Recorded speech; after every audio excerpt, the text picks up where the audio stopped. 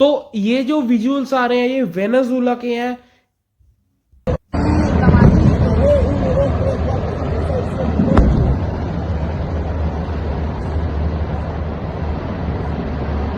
Mamá huevo, qué locura.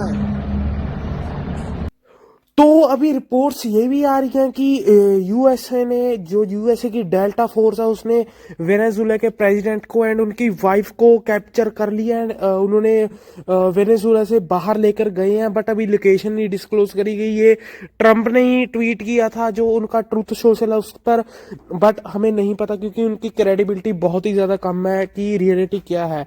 And बताया ये भी जा रहा है कि जो वेनेजुला पर हमला हुआ उसमें चिनूक, अपाचे, उनकी नेवी का भी बहुत बड़ा हाथ है एंड फाइटर जेट्स के जरिए उस पर बॉम्बिंग की जा रही है। इवन तो अभी तक बॉम्बिंग वहां पर हो रही है। यूएसए अपनी पूरी पावर दिखाएगा, आप देखना, अपनी टेक्नोलॉजी की पावर दिखाएगा अब। एंड ये बॉम्बिंग में भी 3-4 दिन तक चलेगी। अभी पता नहीं है कि यूएसए क्या अचीव करना चाहता है। इवन तो यूएसए के अपने बंदे भी डाउट पर हैं कि अचीव क्या करना चाहते हैं।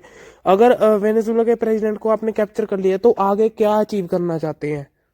तो अभी देखिए, आपके मन में भी आया होगा सवाल कि क्यों वेनेजुला पर बॉम्बिंग की जा रही है। तो जो ट्रंप का मानना है, डोनाल्ड ट्रंप का, उनका कहना है कि जो वेनेजुला से है यूएसए के अंदर बहुत ज्यादा हाई लेवल पर ड्रग्स इंपोर्ट हो रहे हैं, उससे उनके उनके बहुत सारे बंदे मारे जा रहे हैं जो वो ड्रग्स कंज्यूम करते हैं। बेसिकली वो वेनेजुला से आते हैं, उसमें उनके बहुत ज्यादा बंदे मारे जा रहे हैं। बट जो रियलिटी है, सारे वर्ल्ड को पता है कि वेनेजुला के पास दुनिया का वर्ल्ड लार्जेस्ट ऑयल रिजर्व है। एंड जब से निकोलस मदुरो की वहां पर सरकार आई है, तब से यूएसए की वहां पर नहीं चल रही। बेसिकली निकोलस मदुरो की सरकार pro Russia and pro China है, एंटी यूएसए है। बेसिकली ये यूएसए की बात यहाँ वो लोग नहीं मान रहे। इसी वजह से काफी, इवन तो यूएसए के रिपोर्टर्स भी बता रहे हैं कि ये मेन चीज ड्रग कार्टेल नहीं है, क्योंकि ज्यादातर ड्रग मैक्सिको से आ रहा है। बट ये मेन चीज वेनेजुला पर हमला करने की है जो उनके पास ऑयल है। सो दुनिया में total oil reserve 1.5 trillion barrel है, उसमें से 300 बिलियन अकेले वेनेजुला के पास आ रहा है। एंड आप रशिया भी देखोगे, रशिया भी बहुत वेनेजुला से नीचे है, उसके पास 80 बिलियन बैरल है, ये भी कम नहीं है। बट जो जब आप वेनेजुला के साथ कंपेयर करोगे तब आप देखोगे कि कितना ऑयल वेनेजुला के पास है। एंड ट्रंप ने भी एक स्टेटमेंट में कहा था कि वेनेजुला ने हमारा ऑयल खो लिया। मैं आपको सबसे पहले वो स्टेटमेंट दिखाना चाहता हूं। सो ये डोनाल्ड ट्रंप की स्टेटमेंट ध्यान से सुनना। They're not going to do that. We want it back. They took our oil rights. We had a lot of oil there. As you know, they threw our companies out, and we want it back. India के perspective से बता रहा हूं। जो हम United Arab emirate से तेल खरीदते हैं या सऊदी अरेबिया से तेल खरीदते हैं, वो एक हायर प्राइस पर होता है। तो वो एक हायर प्राइस पर होता है रिलेटेड टू, अगर हम रशिया से बात करें, वेनेजुला से बात करें, क्योंकि वेनेजुला इनलीगली तेल बेचता है, उस पर भी सैंक्शन लगे हुए हैं। इवन दो अगर हम ईरान पर बात करें, उसका भी सस्ते रेट पे हमें तो मिलता था, क्योंकि वो हमारे से डिस्टेंस बहुत कम है, हमें ऑयल सेल करना बहुत आसान हो जाता है।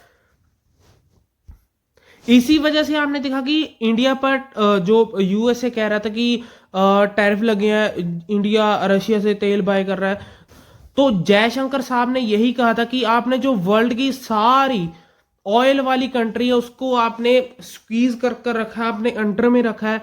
जहां से हमको सस्ता तेल मिलेगा हम ट्राई करेंगे कि हम वहां से तेल खरीदें, इधर देन जो देश हमें थोड़ा सा महंगा तेल जहां से हमें मिल रहा है। आपको पता होगा कि यूएसए का जो ऑयल है वो बहुत ही ज्यादा महंगा होता है, बट हमारा एक फ्रेंड है, पार्टनर है, कहीं ना कहीं हमें जब ट्रेड डील्स लेनी है या कुछ और डील्स करनी है तो खरीदना पड़ता है। हम एक पॉलिसी के साथ चलते हैं कि एक देश पर हम रिलायंट ना हो, हमें सबकी सारे देशों पर हमें रिलायड होना चाहिए, सब देशों से हमें तेल खरीदते रहना चाहिए, ताकि अगर एक एक की मान लो अगर एक को कुछ हो गया, वो गिर गया देश, वो उसका जैसे अभी रशिया के साथ हुआ, तो हमारी इकोनॉमी को इम्पैक्ट ना पड़े।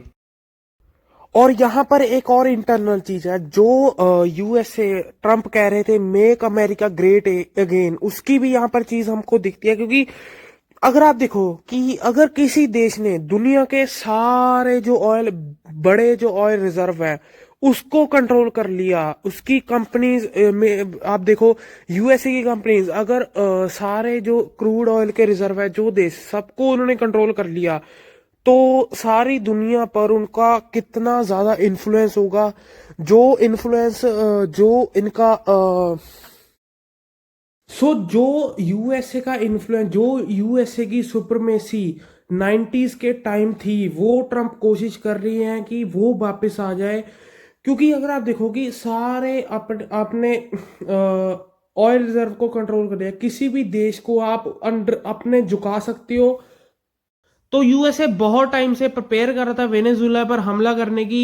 उसने इवन तो वेनेजुएला पर ब्लॉकेड भी कर रखा हुआ था, चारों तरफ से उनकी नेवी ने वेनेजुएला को घेर लिया था। एंड आप देखोगे कि अभी तो चलो वेनेजुएला पर अटैक हुआ है, धीरे धीरे मे बी ये एक्शन कोलंबिया तक भी जा सकता है। क्योंकि ट्रंप ने कहा था कि वेनेजुएला के प्रधानमंत्री के प्रेसिडेंट के बाद कोलंबिया के प्रेसिडेंट का नंबर है। क्योंकि ये एक जंगल राज टाइप चीज हो जाती है कि जिसके पास ताकत है वो फिर उठने नहीं देगा किसी देश को, वो अपने हिसाब से चलाएगा।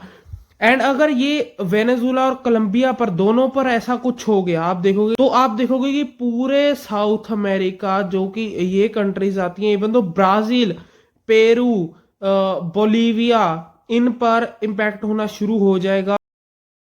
तो अभी देखने वाली चीज ये होगी कि क्या यूएसए भी यूक्रेन की तरह, रशिया की तरह इस वॉर में फंस जाएगा बहुत लंबे टाइम तक। एंड क्या इसको फंसाने वाले रशिया और चाइना होंगे? क्योंकि आज की वॉर कुछ भी प्रिडिक्टेबल नहीं है। रशिया के सामने आप यूक्रेन की पावर देखो, कुछ नहीं है, फिर भी वो जंग में अड़ा हुआ है नाटो की वजह से। एंड अभी हम कुछ प्रिडिक्ट नहीं कर सकते, हिस्ट्री रिपीट होती है। मे बी यूएसए इस वॉर में फंस सकता है, बट यूएसए एक बड़ी इकॉनमी है तो उसका इन्फ्लुएंस ज़्यादा है, तो देखने वाली चीज़ होगी। एंड मैं आपको बता दूं ये वॉर डायरेक्टली इंडिया को इम्पैक्ट करेगी, क्योंकि naturally prices, oil prices high होंगे।